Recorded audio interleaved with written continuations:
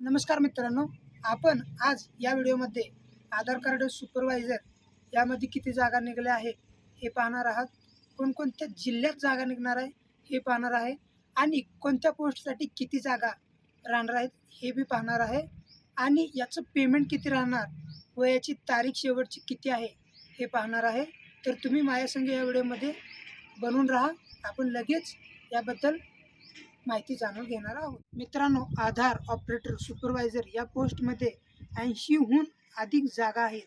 म्हणजे नोटिफिकेशनमध्ये तर 141 प्लस जागा सुटणार आहेत. जर तुम्ही यासाठी फॉर्म भरायचा असेल तर तुम्ही 10वी प्लस ITI किंवा 10वी 12वी आणि डिप्लोमा ह्यापैकी तुमच्याकडे कोणती तर एक पदवी असावी तर तुम्ही यामध्ये फॉर्म अप्लाय करू शकता. आणि यामध्ये कोणत्याही प्रकारची फी अजून नमूद तर नाही आणि याची शेवटची तारीख ही 20 मे राहणार आहे.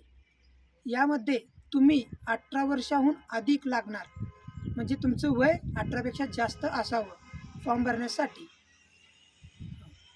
तर मित्रांनो, यामध्ये जो सिलेबस राहणार आहे तो स्क्रीनला साईडला तुम्हाला दिसत असेल. अजून यामध्ये 100 मार्काचा पेपर राहणार आहे. एकास 2 मार्क असं राहणार आहे आणि यामध्ये कोणत्याही प्रकारची तुम्हाला निगेटिव्ह मार्किंग ही दिसून येणार नाही. ही वेकन्सी ही ऑल इंडिया राहणार आहे. मध्ये भारतातून तुम्ही कुठूनही यामध्ये अप्लाय करू शकता. जर तुम्हाला यामध्ये काही शंका असेल तर तुम्ही कॉमेंट बॉक्समध्ये विचारू शकता आणि अशा जॉब रिलेटेड व्हिडिओसाठी तुम्ही माझा चॅनल सबस्क्राईब करू शकता. जय हिंद, जय भारत.